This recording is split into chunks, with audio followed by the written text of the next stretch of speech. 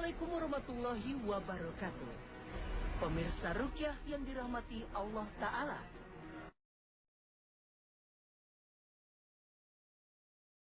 Dan pada kesempatan kali ini, tim Ruqyah Trans 7 berada di kota Cirebon, Jawa Barat. Kota yang terkenal dengan mistiknya yang kental.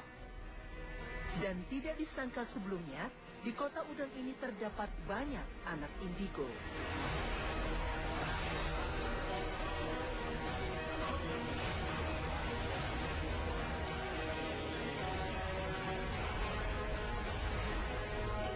Seperti halnya yang dialami 3 muslimah ini, Juwita, Yuni, dan Vina. Mereka mempunyai pengalaman yang tidak jauh berbeda, tentunya berhubungan dengan kekuatan makhluk lain yang benar-benar membuat mereka merasa tertekan. Tidak mau membuang kesempatan, mereka menyiapkan diri untuk diruqyah Ustadz Faizar. Rupanya tidak butuh waktu lama membuat mereka bereaksi.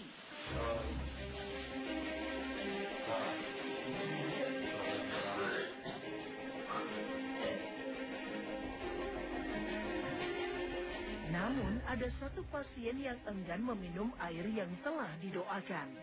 Lihatlah Vina menunjukkan tingkah laku yang berbeda. Tatapannya menjadi tajam. Walaupun suaminya telah memeluk erat tubuh perempuan berhidung mancung ini, ia tetap memandang ke suatu tempat dan menunjuk-nunjuk tempat tersebut. Memang sejak pelatihan ruqyah, ia sudah menampilkan reaksi-reaksi frontal, garang, tenaganya menjadi besar dan sulit ditenangkan. Dengan tatapan garang, ia berusaha meninggalkan Masjid Nurul Amal. Sedangkan Juwita, pasien perempuan berkerudung berusia 23 tahun ini dianggap mempunyai kemampuan supranatural oleh orang-orang yang berada di sekelilingnya. Sejak duduk di bangku sekolah dasar, ia dipercaya mampu mewujudkan segala harapan, dapat memberikan solusi dalam waktu sekejap, dengan mudah bisa berinteraksi dengan makhluk-makhluk astral, bahkan sampai menarik benda-benda bertuah.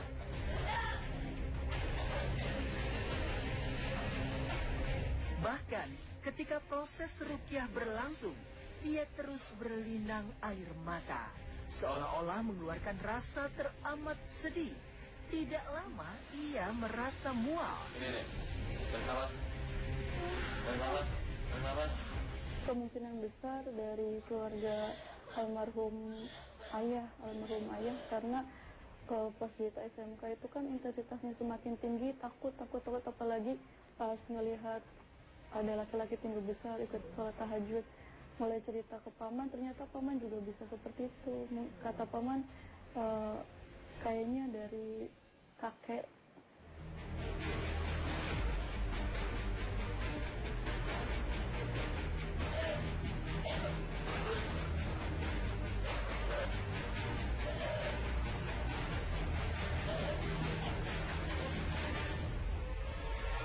Vina nampak sudah tak berjarak dengan kekuatan lain. Ia pun memproklamirkan dirinya mampu melihat, juga berkomunikasi dengan bangsa jin. Perhatikanlah, Vina semakin terperosok ke dalam jerat makhluk gaib. Melihat gelagat yang tidak wajar pada diri Vina, Ustadz meneteskan air ke dalam matanya. Vina berusaha menolak, menghindar, tidak mau berdekatan dengan Ustadz. Karena kondisi Vina semakin tidak menentu, Ustadz meminta suami Mbak Vina ikut meruqyah.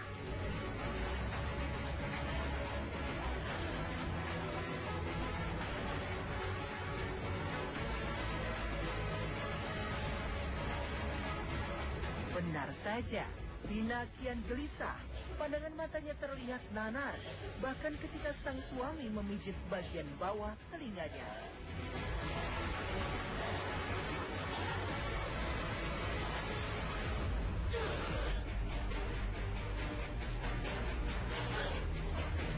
Kemudian Ustadz menuang air secukupnya ke tangan Vina. Bukan menolak, ia justru mengusap wajah cantiknya dengan air itu. Lagi. Ini lagi biar seger. Oh. Dimakan.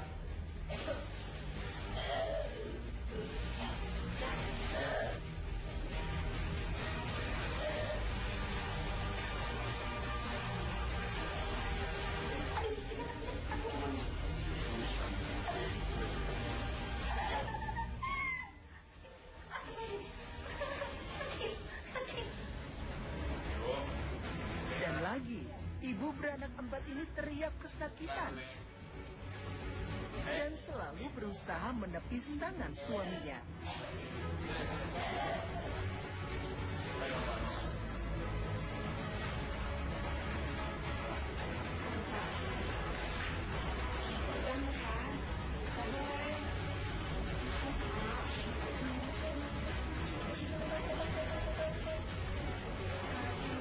Itu seperti saya tidak bisa kontrol gitu.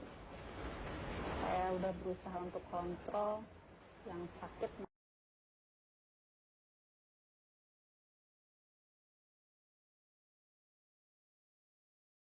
Beralih ke Yuni, perempuan berumur 24 tahun ini pada posisi siap diruqyah. Ustadz pun berdiri tepat di hadapannya sambil menunjuk jin di dalam tubuh Mbak Yuni. Kontan saja membuat Yuni menangis histeris. Pipinya basah dengan air mata. Tubuhnya terlihat lunglai. Menurut Yuni, semenjak sekolah menengah pertama, ia sering puasa Senin Kamis, juga merapalkan mantra atau asyan. Dengan niat siapapun yang melihatnya menjadi kasihan, juga disayangi banyak orang.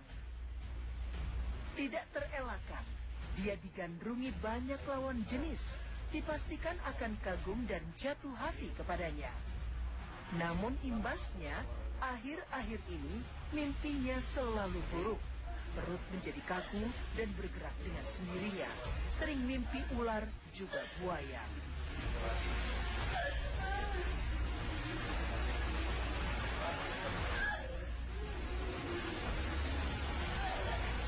Sedangkan Juwita masih tidak sanggup menolak energi para lelembut. Yuni juga masih dikelilingi aura mistis dan suami Yuni ikut turut serta meruqyah. Perempuan tinggi semampai ini begitu emosional dan kepada suaminya lah ia meluapkan segala amarah. Masalah kecil selalu dibesar-besarkan. Ia juga begitu sulit memaafkan. Di balik keterangannya, ia menyimpan berjuta misteri.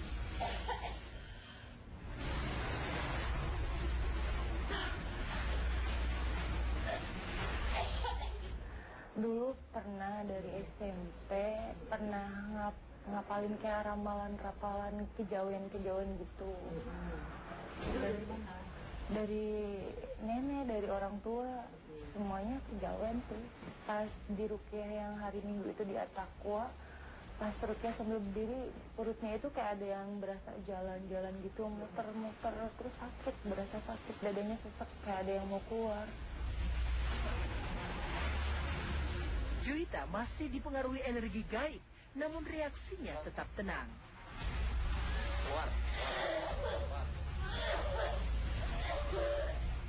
Vina kembali tidak sadarkan diri. Ia terus-menerus berupaya membuat emosi Ustadz dengan bertingkah pola menjengkelkan. Namun Ustadz tidak menggubrisnya. Dan ketika Ustadz kembali melantunkan ayat-ayat suci Al-Quran, Vina kembali pesakitan. Sekarang ya yang ngomong bukan ibu tapi ngerasanya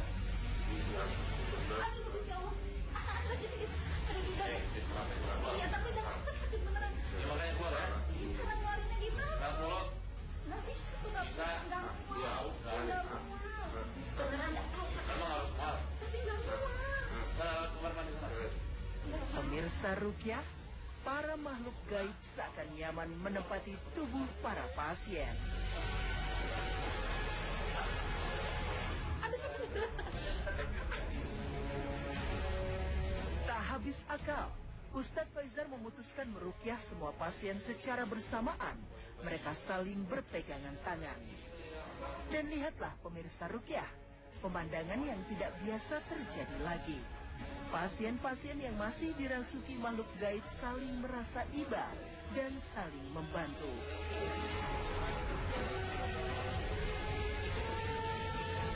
Makhluk dimensi lain yang bersarang di badan Mbak Vina cenderung tidak stabil, bahkan terbilang labil karena tingkahnya selalu berubah-ubah. Sedangkan Yuni masih berusaha sekuat tenaga untuk mengeluarkan semua jin yang bercokol di raganya. Ia terus bersendawa dan mual.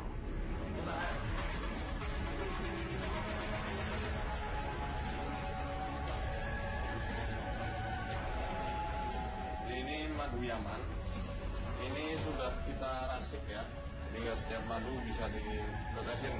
Karena nanti takut ada yang coba-coba di rumah, sembarang madu tetes ke mata, bisa bahaya.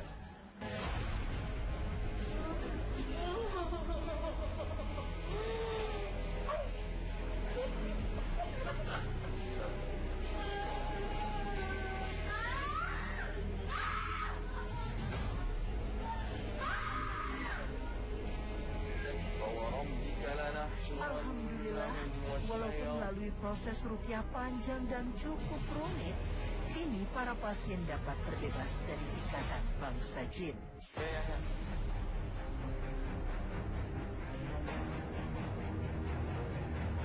Dan satu lagi anak indigo yang berhasil dirukyah Ustadz Faizar, yakni Rahma. Sejak usianya genap 2 tahun, anak pertama dari 3 bersaudara ini telah membaur dan menyatu dengan dimensi lain. Tingkah lakunya mulai aneh, gemar berbicara sendiri dan menyendiri. Mengikuti pelatihan rukyah, berniat ingin terbebas dari kekuatan gaib. Rukyah pun dimulai. Maka ini sekarang langsung dengan dibantu oleh Mbak Indah ya, reporter kita. Habis itu nanti saya terapi dengan dirukukkan dan saya bacakan ayat-ayat rukyah. Mbak Indah nanti yang rukukkan. Pegangnya begini. A'udzu billahi minasyaitonir rajim. Bismillahirrahmanirrahim.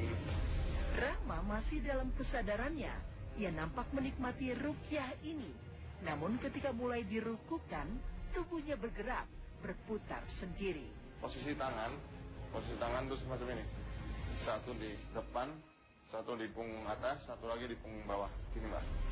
Jadi posisinya setelah dirukukan, lepas ya, kepalanya lepas, kita langsung pegang di area punggung.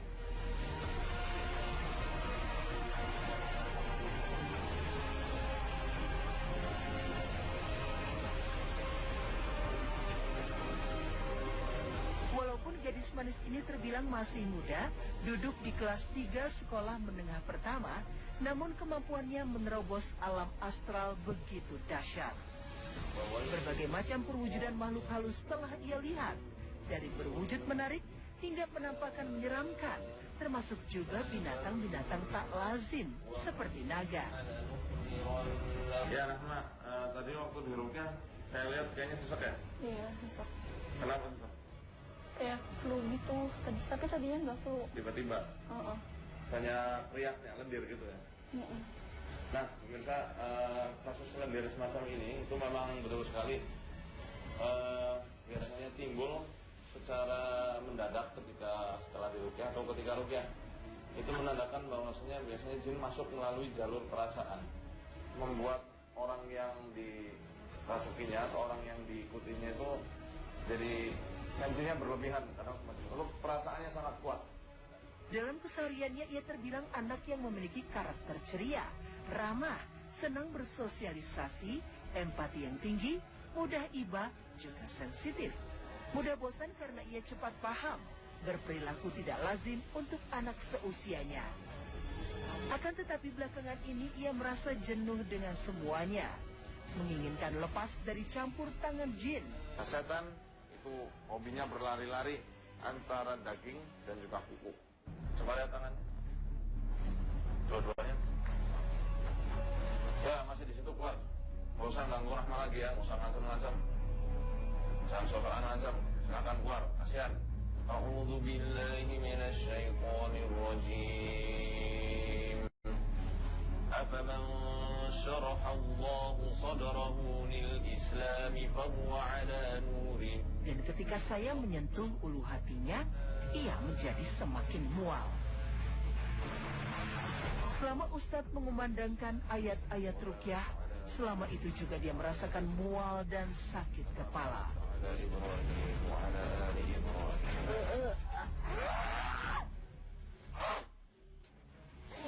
Oh ya, kasihan Rahmanya, kenapa?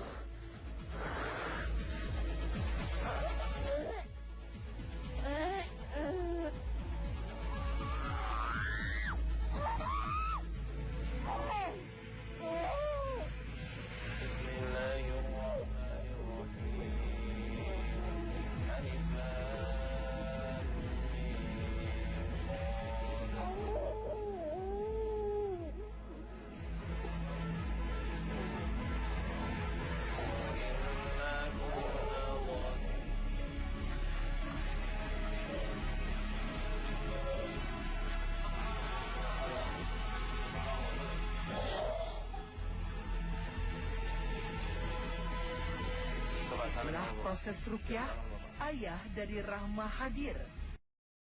Ustadz pun meminta Pak Adi untuk ikut meruqyah anaknya. Rahma terus bereaksi.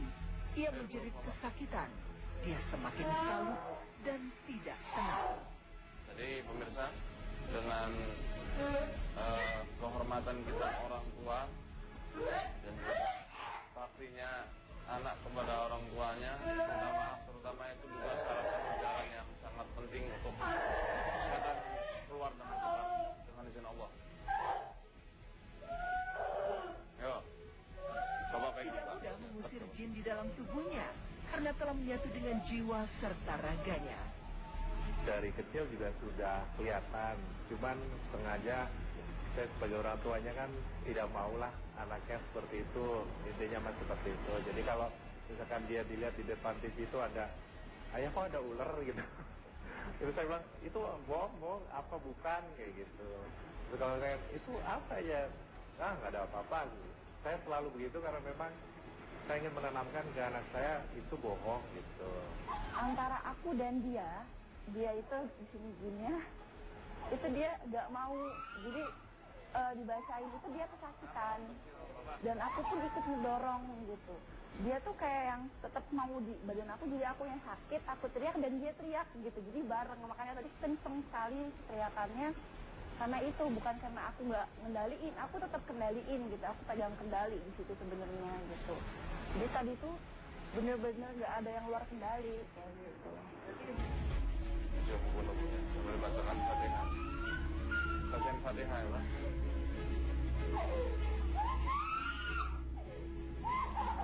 Apa kamu benci sama Bapak? Jin, kamu benci sama Pak Adi? Hah? Sana keluar ya? Tiup Pak, tiup.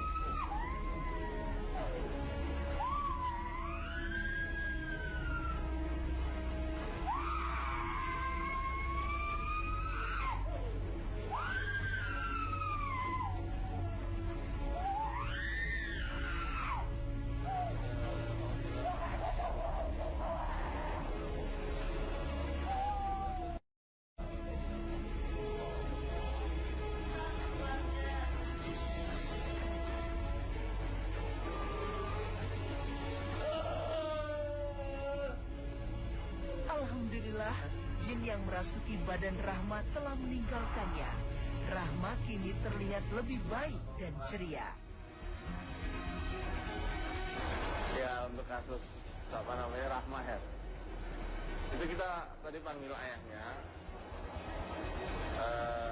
supaya bisa saya minta maaf atau cium tangan bapaknya, minta ridhoannya, karena ya ridho Allah diri ridho walidain, ridho Allah yang ada di keridhoannya orang tua. Dia suruh cium tangan, habis itu Masya Allah teriak-teriak jinnya, muntah-muntah setelah itu ya. Yang jelas tersiksa apa yang ada di dalam Rahma. Dia memang kasus keturunan keluarganya itu memang dulunya pengamal amalan-amalan yang seperti itu ya. Nah, Akhirnya dia juga pernah merapal suatu amalan yang bisa digunakan untuk melet orang. Nah, maka dari itu dia melihat seakan kayak ada ular hijau ya di perutnya. Kita rukyah dan memang muntahannya ya muntahan isi perut. Itu gangguannya memang ada di area perut, karena di sekitaran mata ini. Karena mata dia dari mata itu bisa untuk melet orang. Maka sepantasnya bagi perukyah jangan sekali-kali bekerja sama-sama anak-anak indigo untuk mengetahui di sini ada apa, di situ ada apa jenis jin yang mengganggu. Tidak perlu.